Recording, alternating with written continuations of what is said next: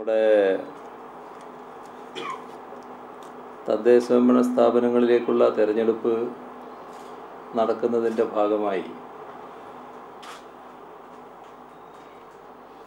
ഹൈക്കോടതിയുടെ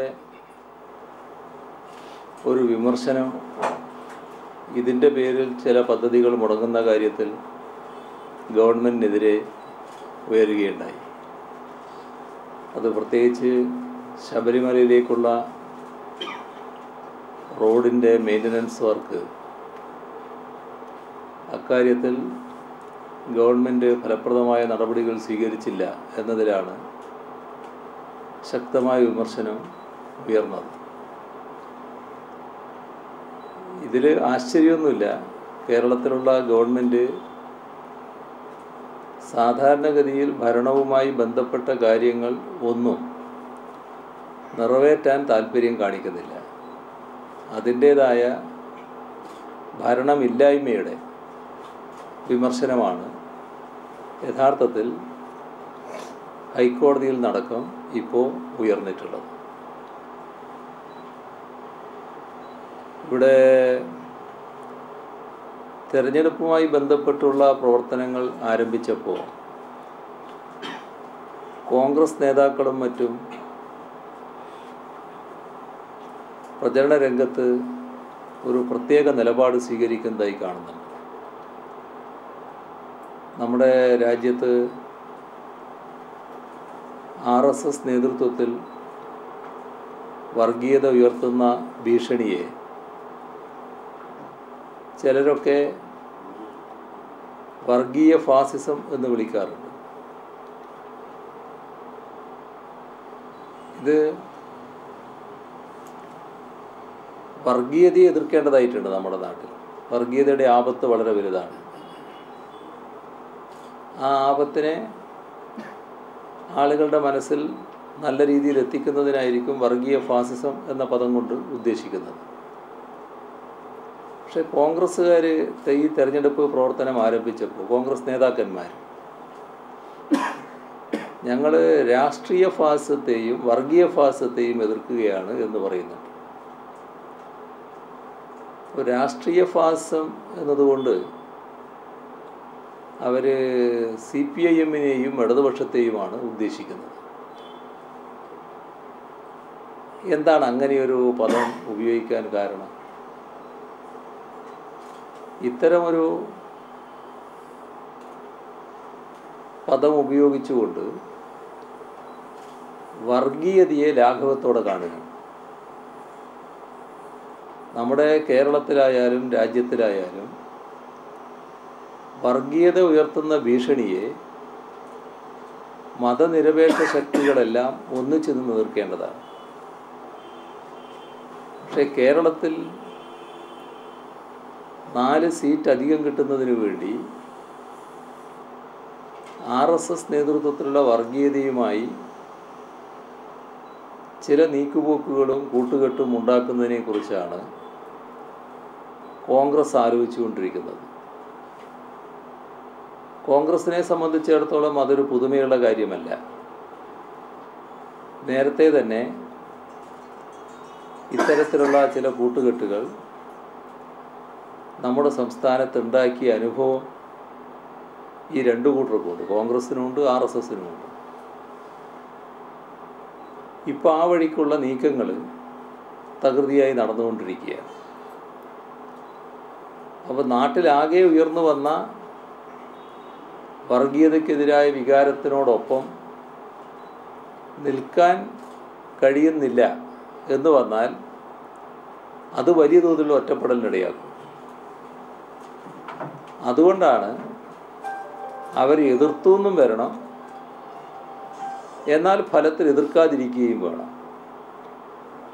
അതിനാണ് ഞങ്ങൾ ഈ രണ്ടിനെയും എതിർക്കുകയാണ് എന്ന് പറഞ്ഞുകൊണ്ട് വന്നിട്ടുള്ളത്. വർഗീയതയെ വിട്ടുവീഴ്ചയില്ലാതെ എതിർക്കുന്നത് കേരളത്തിലായാലും രാജ്യത്തിലായാലും CPIM-ഉം ഇടതുപക്ഷവുമാണ്. അതിനെ ദുർബലമാക്കുക എന്ന ഉദ്ദേശം കൂടി ഈ ആരോപണത്തിന് പിന്നിലിട്ട്.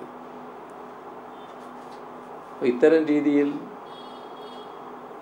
ആക്ഷേപങ്ങൾ ഉന്നയിക്കാൻ തയ്യാറാകുന്ന കോൺഗ്രസ് നേതാക്കന്മാർ ഈ കാര്യം ഗൗരവമായ രീതിയിൽ പുനഃപരിശോധിക്കാൻ തയ്യാറാവുന്നില്ലെങ്കിൽ അവരുടെ കള്ളക്കളി യഥാർത്ഥ ഉദ്ദേശം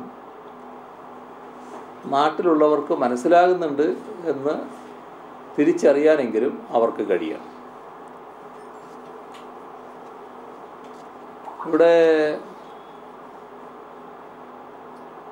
ഒരു പ്രത്യേക പ്രശ്നം ഇന്നലെ പുറത്തു കൊണ്ടുവന്നതായിട്ട് കണ്ടു.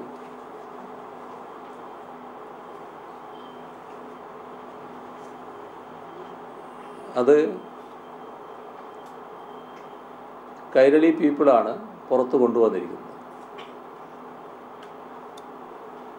നമ്മുടെ രാജ്യത്തെ പ്രധാനമന്ത്രി കള്ളപ്പണത്തിനെതിരെയുള്ള പോരാട്ടം നടത്തുമെന്ന് പറഞ്ഞുകൊണ്ടാണല്ലോ പ്രധാനമന്ത്രിയായത്. തെരഞ്ഞെടുപ്പ് പ്രചരണ ഘട്ടത്തിൽ കള്ളപ്പണം മുഴുവൻ തിരിച്ചു പിടിക്കും എന്നായിരുന്നു അദ്ദേഹം പരസ്യമായി അവകാശപ്പെട്ടിരുന്നത്. മാത്രമല്ല, കള്ളപ്പണം തിരിച്ചു പിടിച്ചാൽ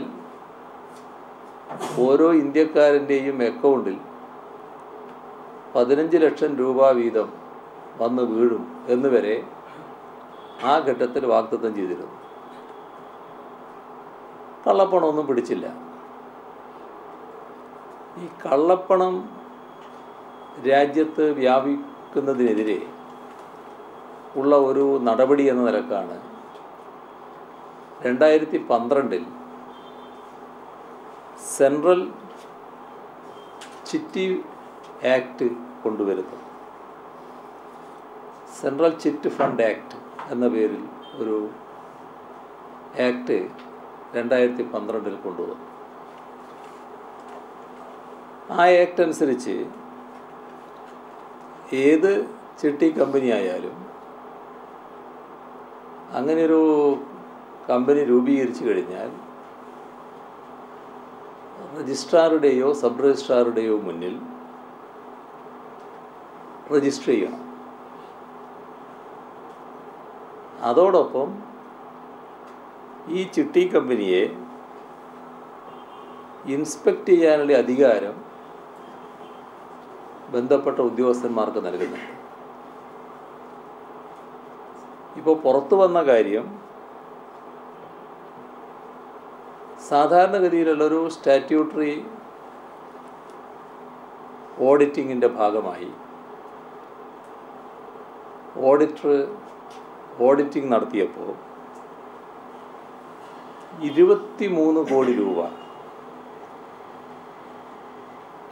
അത് സംബന്ധിച്ച് വ്യക്തമായ കണക്കുകളൊന്നുമില്ല, രേഖയൊന്നുമില്ല. 23 കോടി രൂപയുടെ ഇടപാട് നടന്നിട്ടുണ്ട്. പക്ഷെ അതിനടിസ്ഥാനമായ രേഖകളൊന്നും കാണാനില്ല. ഇത്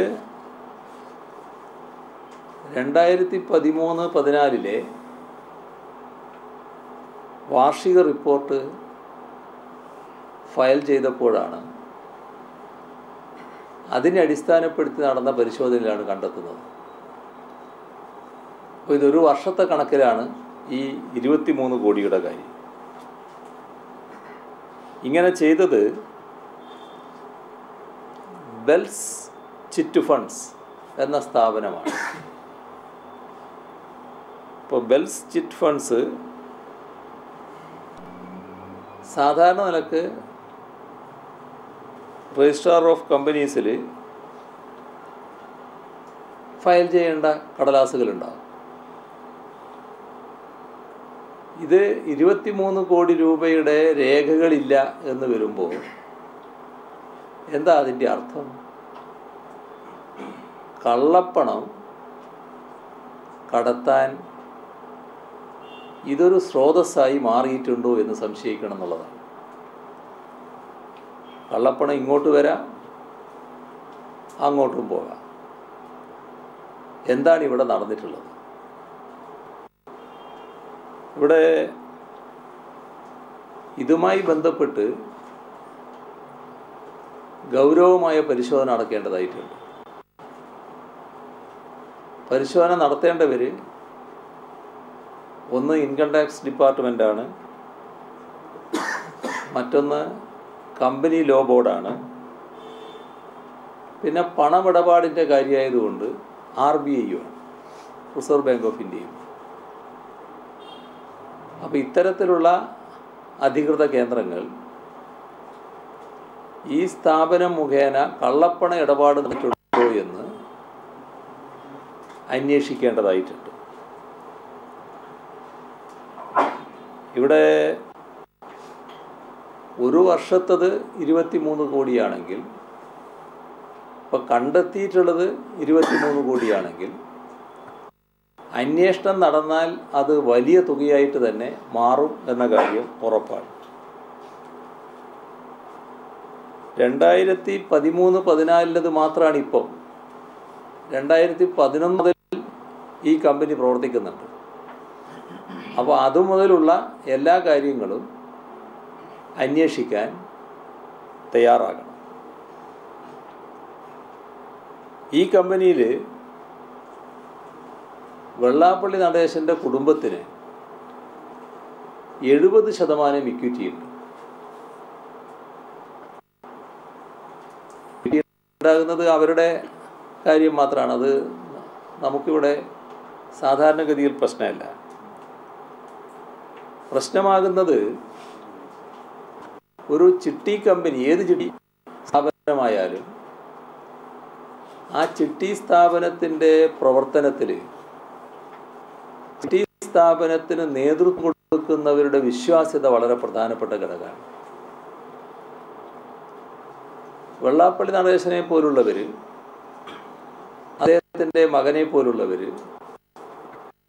പിന്നെ അദ്ദേഹത്തിൻ്റെ ഭാര്യ, മകൻ്റെ ഭാര്യയാണ്, തുഷാറിൻ്റെ ഭാര്യയാണ് MD ആയിട്ട് ഇതിൻ്റെ സ്ഥാപനത്തിൻ്റെ MD ആയി പ്രവർത്തിക്കുന്നത്. അപ്പോൾ ഇവരെല്ലാം സമൂഹത്തിൽ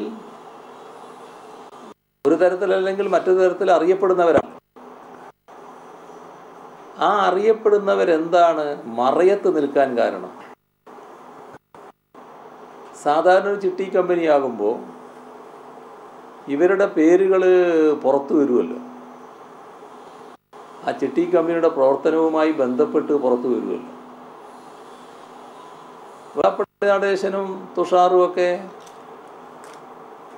ഈ തൻ്റെ പേരൊന്നും പുറത്തു വരാൻ പാടില്ല എന്ന് ചിന്തിക്കുന്ന കൂട്ടത്തിലാണ് എന്ന് കേരളത്തിൽ ജീവിക്കുന്ന ആർക്കും അങ്ങനെ സങ്കല്പിക്കാനും കഴിയില്ല. കാരണം പല തരത്തിലുള്ള പടങ്ങളും നമ്മൾ സാധാരണ റോഡ് വക്കിലൊക്കെ കാണുന്നതാണ്.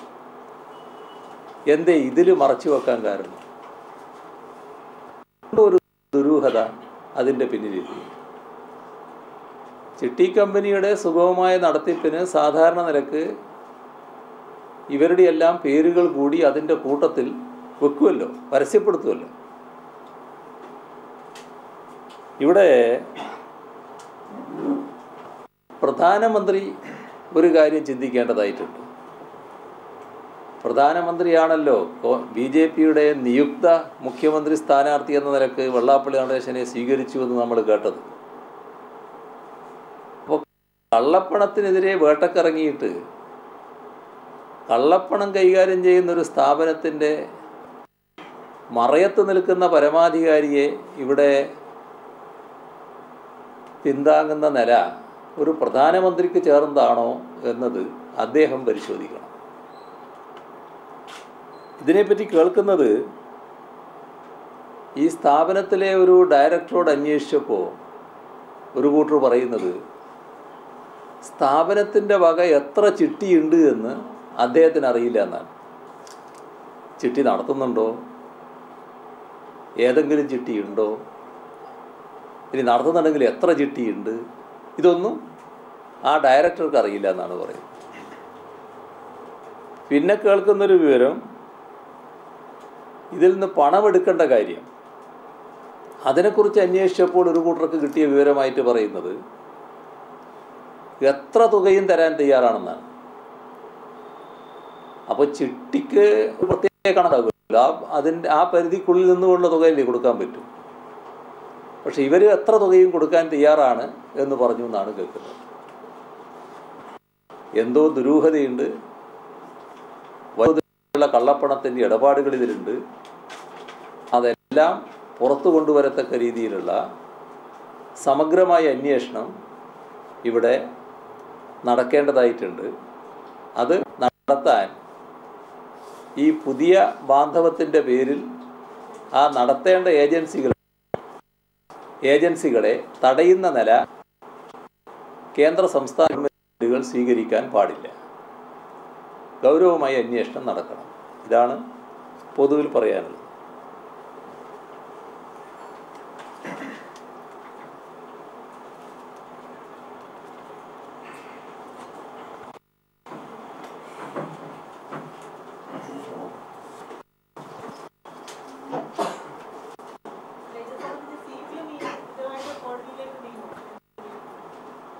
CPM കോടതിയിലേക്ക് നീങ്ങേണ്ടതല്ല പ്രശ്നം. ഇതൊരു കള്ളപ്പണ ഇടപാടാണ്. ആ കള്ളപ്പണ ഇടപാടുമായി ബന്ധപ്പെട്ട് ആവശ്യമായ അന്വേഷണം ഒന്നുകിൽ റിസർവ് ബാങ്ക് ഓഫ് ഇന്ത്യ നടത്തണം, അല്ലെങ്കിൽ ഇൻകം ടാക്സ് നടത്തണം, പിന്നെ കമ്പനി ലോ ബോർഡ് നടത്തണം. ഇവരെല്ലാം ഇതിൻ്റെ ബന്ധപ്പെട്ട ഏജൻസികളാണ്. അവർ നടത്താൻ തയ്യാറാവണം. അവരാണ് കാര്യങ്ങൾ നീക്കേണ്ടത്. അല്ലെങ്കിൽ പിന്നെ എന്ത് വേണമെന്ന് നാട്ടുകാർ ആലോചിക്കുമല്ലോ സാധാരണ.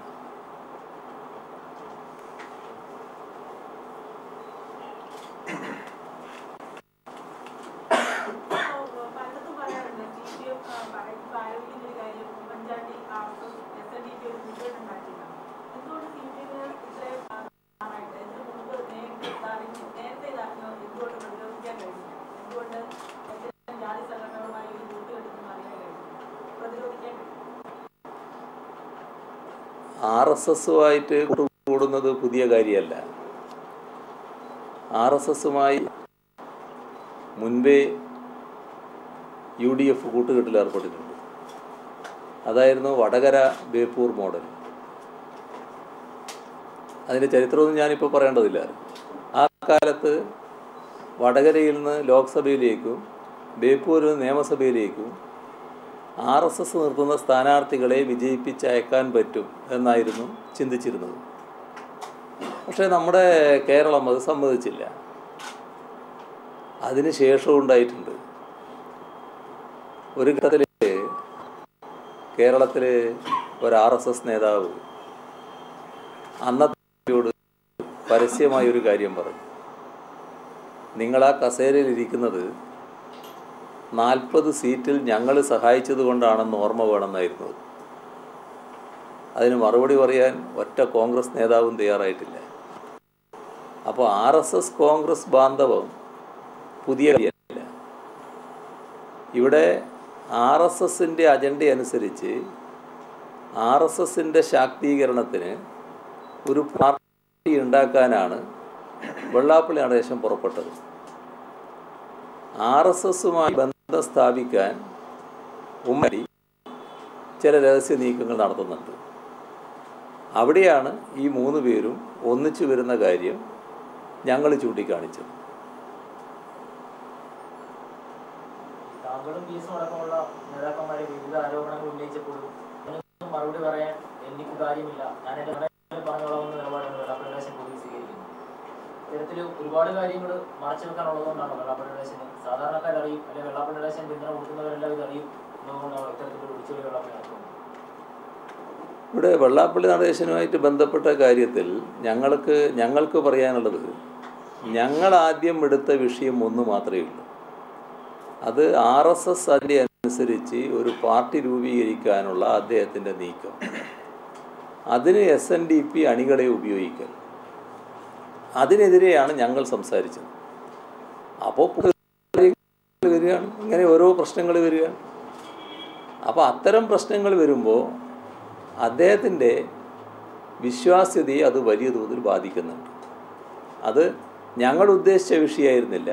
പക്ഷേ അദ്ദേഹവുമായി ബന്ധപ്പെട്ട ഒരുപാട് കാര്യങ്ങൾ ഇപ്പോൾ സമൂഹത്തിൻ്റെ മുന്നിൽ വന്നിട്ടുണ്ട്. ഞങ്ങളതായിരുന്നില്ല ഉദ്ദേശിച്ചത്. ഞങ്ങൾ ഉദ്ദേശിച്ചത് ഈ നീക്കം തടയലായിരുന്നു. പക്ഷേ താൻ നിരന്തരം ചെയ്യുന്ന കർമ്മങ്ങൾ അനുഭവിക്കുന്നതുകൊണ്ടൊരു അതിൻ്റെ തോതിലുള്ള ചില കാര്യങ്ങൾ വരുന്നുണ്ട്. അതിന് ഞങ്ങളെ പഴിച്ചിട്ട് കാര്യമില്ല.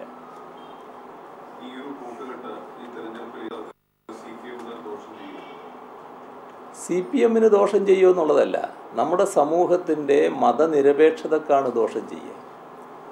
നമ്മുടെ സമൂഹം മതനിരപേക്ഷതയുടെ കാര്യത്തിൽ വളരെ ശക്തമായ ഒരു സംസ്ഥാനമാണ്.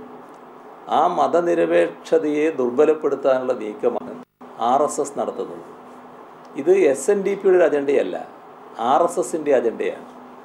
RSS-ന് ഇവിടെ അവരുദ്ദേശിക്കുന്ന തരത്തിലുള്ള വേരോട്ടമില്ല. ആ വേരോട്ടം ഉണ്ടാക്കാൻ ചില സാമുദായിക സംഘടനകളെ സ്വാധീനിക്കാനാണ് ശ്രമിക്കുന്നത്. അതാണ് നാം കാണേണ്ടത്. അത് മതനിരപേക്ഷതയെ ദുർബലപ്പെടുത്താനുള്ള നീക്കമാണ്. CPM-നെ എങ്ങനെയെങ്കിലും ബാധിക്കുക എന്നുള്ളത് മാത്രം നോക്കിയാൽ പോരാ. നമ്മുടെ സമൂഹത്തെ ആകെ ബാധിക്കുന്ന പ്രശ്നം എന്ന നിലക്ക് മതനിരപേക്ഷ ചിന്താഗതിക്കാരായവരെല്ലാം ഗൗരവമായി കാണേണ്ട ഒരു നീക്കമാണ്.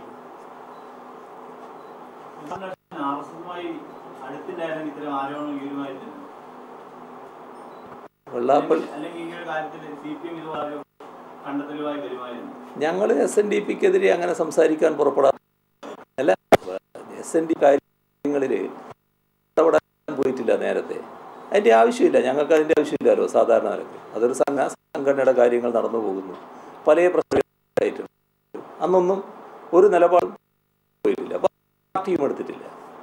പക്ഷേ ഇത് കേരളീയ സമൂഹത്തെ ആകെ ബാധിക്കുന്നൊരു പ്രശ്നമാണ്.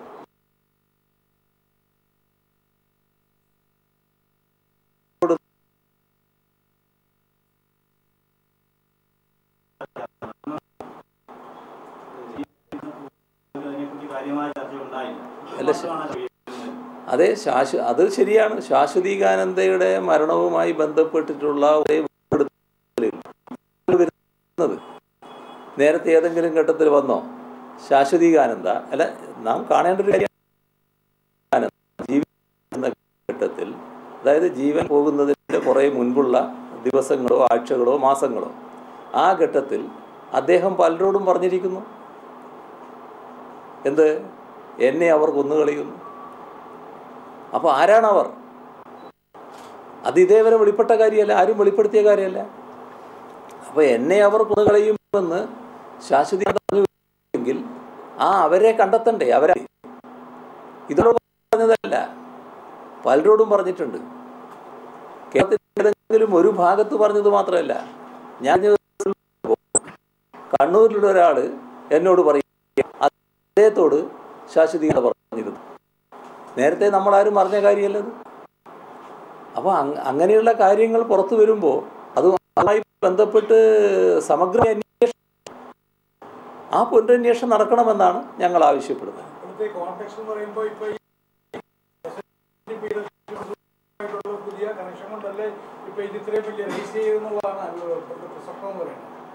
അല്ല, ഇത്തരം ഒരു പ്രശ്നം ഉയർത്തിക്കൊണ്ടുവന്നവർ ഇവരുമായിട്ട് ബന്ധപ്പെട്ട് നിൽക്കുന്നവർ തന്നെയാണ് സാധാരണഗതിയിൽ. അവർക്കായിരുന്നല്ലോ ഇതറിയാവുന്നത്. അവർ നേരത്തെ അത് പറഞ്ഞിരുന്നില്ല, ഇപ്പോൾ പറഞ്ഞു. എന്നാൽ അതിൽ ചിലർ പറയുന്നു ഞങ്ങൾ നേരത്തെ തന്നെ പറഞ്ഞിരുന്നു എന്ന്. അത് നമ്മുടെ ശ്രദ്ധയിൽപ്പെട്ടിട്ടില്ല. ഇപ്പോൾ ഈ പ്രശ്നം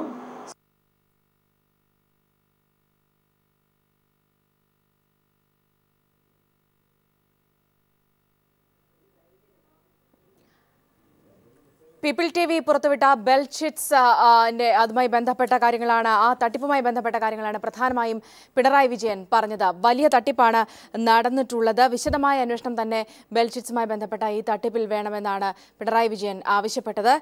ബെൽചിറ്റ്സിൽ നിന്നും 23 കോടിയോളം രൂപ കടത്തിയിട്ടുണ്ട്. ഇത് ഓഡിറ്റിൽ കണ്ടെത്തുകയും ചെയ്തിരുന്നു. വിശദമായ അന്വേഷണം തന്നെ ഈ വിഷയത്തിൽ നടക്കേണ്ടതുണ്ട്. അതുകൊണ്ട് ഞങ്ങൾ പറയും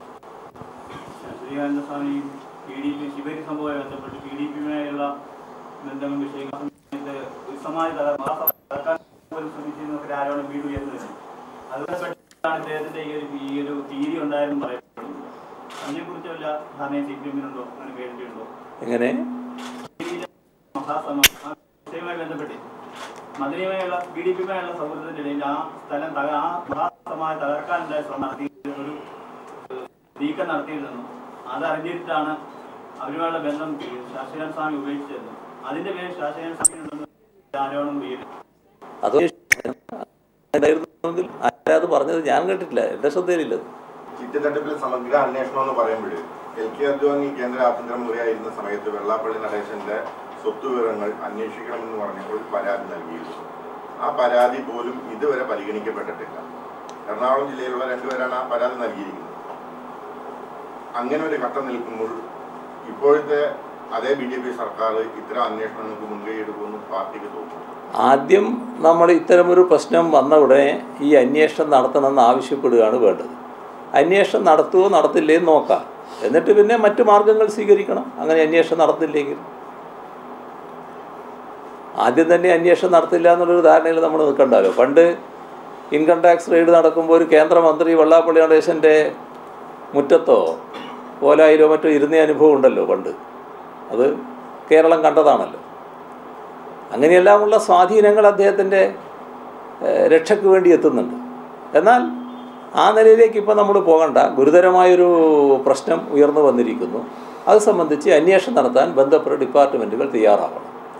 അതിന് പ്രധാനമന്ത്രി മോഡി അടക്കം തടസ്സം നിൽക്കുമോ എന്നതാണ് ഞാൻ നേരത്തെ ഉന്നയിച്ച ആശങ്ക.